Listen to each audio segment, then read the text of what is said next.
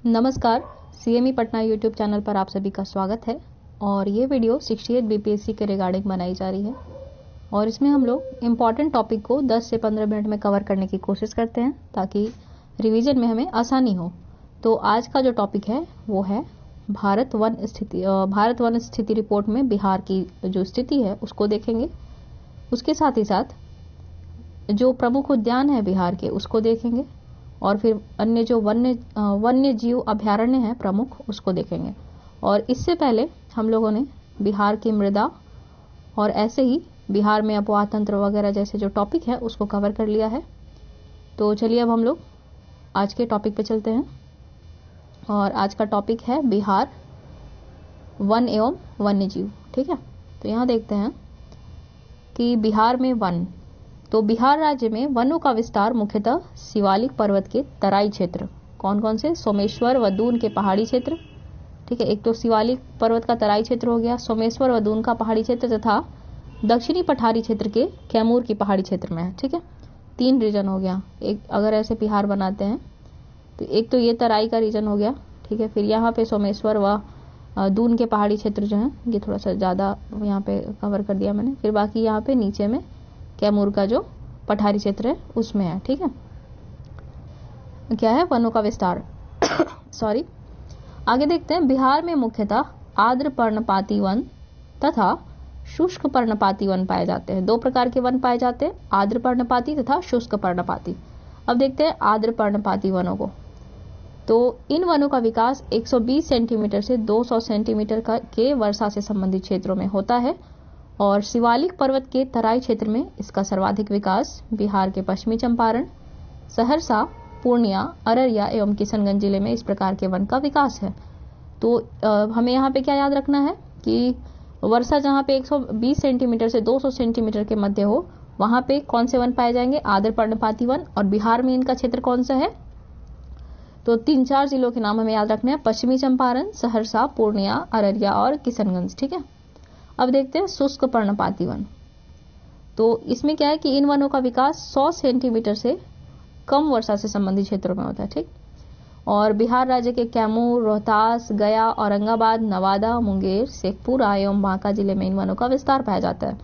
तो ये जिलों के नाम देखने से आपको ज्ञात होगा कि ये बिहार के दक्षिणी जिले हैं। ठीक है, दक्षिण पश्चिम से स्टार्ट होकर दक्षिण पूर्व तक जा रहे हैं। कैमूर, रोहतास, औरंगाबाद, गया आदि जो है वो बिहार के दक्षिण में अवस्थित है। तो यहाँ पे बिहार के दक्षिण यानी पठारी क्षेत्र में शुष्क पर्णपाती वनों का विकास हुआ है। ठीक है, इन वनों में शीशम, महुआ, पलाश, खैर, आंवला आदि वृक्ष के साथ साथ कई प्रकार के घासों की भी प्रधानता है। और यहाँ पे एक इम्पॉर्टेंट फैक्ट है कि सर्वाधिक पतझड़ वन कहाँ पाए जाते हैं बिहार में, तो ये आंसर हो जाएगा पश्चिमी चंपारण। ठीक है, तो चलिए अब आगे हम लोग देखते हैं भारत वन स्थिति रिपोर्ट 2021 में बिहार की क्या स्थिति है। तो यहाँ पे है बिहार में वनावरण एवं वृक्षावरण। तो वनावरण कितना है क्षेत्रफल में बिहार में, 7381 किलोमीटर स्क्वायर और इसका प्रतिशत कितना है, 7.84%। और वृद्धि कितने की हुई है, 75 किलोमीटर स्क्वायर की। ठीक है, और वृक्षावरण है बिहार में 2341 किलोमीटर स्क्वायर और प्रतिशत है 2.48। ये कम है तो इसको 2.48 करेंगे। और वनावरण जो है वो 7.84 है। 84 का यहाँ पे खेल है, जैसे 8-4 अंक दोनों ही वनावरण और वृक्षावरण में भी है पॉइंट के बाद। यहाँ पॉइंट के बाद थोड़ा सा गलतियां होने की संभावना बढ़ जाती है तो आप लोग ध्यान रखेंगे। ठीक है, और वृद्धि कितने की हुई है, तो 338 किलोमीटर स्क्वायर की वृद्धि हुई है। अब कुल कितना क्षेत्रफल हो गया वनावरण और वृक्षावरण को मिलाकर, तो 9822 किलोमीटर स्क्वायर और प्रतिशत में कितना हो जाएगा, 10.32 और वृद्धि कितने की हुई है, तो 413 किलोमीटर स्क्वायर की। ठीक है, अब आगे हम लोग देखते हैं कि बिहार में सर्वाधिक वन क्षेत्र वाले जिले कौन से हैं। तो ये है, इसमें कैमूर है सर्वाधिक वन क्षेत्र वाला जिला, कितना, 1051.56 वर्ग किलोमीटर। उसके पश्चात पश्चिमी चंपारण और फिर रोहतास। और बिहार में न्यूनतम वन क्षेत्र वाला जिला कौन सा है, तो यह शेखपुरा 1.19 वर्ग किलोमीटर। ठीक है, सबसे कम यही है। उसके पश्चात आता है अरवल और उसके पश्चात जहानाबाद। और फिर नेक्स्ट आता है जिलों में वनावरण प्रतिशत के अनुसार सर्वाधिक कहाँ है, ये प्रतिशत के अनुसार है और यहाँ पे क्षेत्रफल के अनुसार था। ठीक है, तो प्रतिशत के अनुसार सर्वाधिक है कैमूर में 31.56, फिर उसके पश्चात जमुई में और फिर उसके पश्चात नवादा में। और न्यूनतम कहाँ है वनावरण, तो तो ये है शेखपुरा में 0.17%, उसके पश्चात बक्सर और सिवान में। ठीक है। अब भारत वन स्थिति रिपोर्ट 2021 में वर्ष 2019 की तुलना में बांका जिले में सर्वाधिक वृद्धि दर्ज की गई, कितना 16.29 वर्ग किलोमीटर, एवं सर्वाधिक कमी कहाँ दर्ज की गई, कैमूर में 4.83 वर्ग किलोमीटर। ठीक है। और यहाँ पे नेक्स्ट जो है फैक्ट कि पश्चिमी चंपारण में बहुत घने वन और मध्यम रूप से घने वनों का क्षेत्रफल सबसे अधिक है। ठीक है। तो ये बहुत घने वन यानी वेरी डेंस फॉरेस्ट और मीडियम रूप से घने वनों का जो मध्यम रूप से घने वनों का क्षेत्रफल है, इसके संबंध में एक सेपरेट वीडियो बना हुआ है, आप लोग चाहे तो उसे देख सकते हैं। ठीक है। तो ये यहाँ हम लोग पढ़ रहे थे कि मध्यम रूप से घने वनों का क्षेत्रफल और बहुत घने वनों का क्षेत्रफल पश्चिमी चंपारण में सबसे अधिक है, जबकि जो ओपन फॉरेस्ट यानी खुले वन का क्षेत्रफल है वो कैमूर जिला में सबसे अधिक है। ठीक है। अब आगे देखते हैं, बिहार में 1 राष्ट्रीय उद्यान तथा 12 वन्य जीव अभ्यारण्य है। ठीक है। ये याद रखने वाली बात है। यहाँ थोड़ा सा मैं क्लियर कर देती हूँ ताकि स्पष्ट आप लोगों को पता चले। 1 मिनट। तो बिहार में 1 राष्ट्रीय उद्यान तथा 12 वन्य जीव अभ्यारण्य है, जो राज्य के कुल भौगोलिक क्षेत्रफल का 3.44% आवरण करते हैं। ठीक है। तो ये कौन सा राष्ट्रीय उद्यान था जो एक है, वो है वाल्मीकि नगर राष्ट्रीय उद्यान। इसके बारे में देखते हैं कि वर्ष 1978 में स्थापित वाल्मीकि नगर वन्य जीव अभ्यारण्य को वर्ष 1990 में राष्ट्रीय उद्यान का दर्जा दिया गया, जो बिहार का एकमात्र राष्ट्रीय उद्यान है। यह पश्चिमी चंपारण में स्थित है। इसे टाइगर रिजर्व भी घोषित किया गया है। इसका विस्तार क्षेत्र कितना है, तो 898.93 वर्ग किलोमीटर। ठीक। और राष्ट्रीय बाघ संरक्षण प्राधिकरण के अनुमानों के अनुसार इस रिजर्व में बाघों की संख्या वर्ष 2010 के 8 से बढ़कर 2018 में 31 हो गई है। ठीक है। अब देखते हैं वन्य जीव अभ्यारण्य। बिहार के प्रमुख जो वन्य जीव अभ्यारण्य उसे देखते हैं। तो कितने थे, टोटल 12 थे, 1 राष्ट्रीय उद्यान और 12 वन्य जीव अभ्यारण्य। आप लोगों को याद हो जाना चाहिए। तो देखते हैं, पहला है गौतम बुद्ध वन्य जीव अभ्यारण्य। ये कहाँ है, गया में, स्थापना 1976 में हुई थी। और भीम बांध वन्य जीव अभ्यारण्य कहाँ है, तो ये मुंगेर में है और इसकी स्थापना भी 1976 में हुई थी। और इससे रिलेटेड फैक्ट है कि तेंदुआ, भालू, सांभर, जंगली सुअर, भेड़िया, नीलगाय, मगरमच्छ आदि यहाँ पाए जाते हैं। और फिर नेक्स्ट आता है उदयपुर वन्य जीव अभ्यारण्य। ये पश्चिमी चंपारण में है और कब इसकी स्थापना हुई थी, 1978 में। ठीक है। और पंत वन्य प्राणी अभ्यारण्य ये नालंदा में है और इसकी स्थापना भी 1978 में हुई थी। और कैमूर वन्य जीव अभ्यारण्य ये रोहतास व कैमूर में है और इसकी स्थापना 1979 में हुई थी और यह बिहार का सबसे बड़ा अभ्यारण्य है। ऐसे फैक्ट पूछे जाने की संभावना अधिक होती है। ठीक है। तो इसको आप लोगों को नोट कर लेना है या फिर याद कर लेना है किसी भी प्रकार से। आगे नागी बांध पक्षी अभ्यारण्य, ये जमुई में है, 1987 में इसकी स्थापना हुई थी।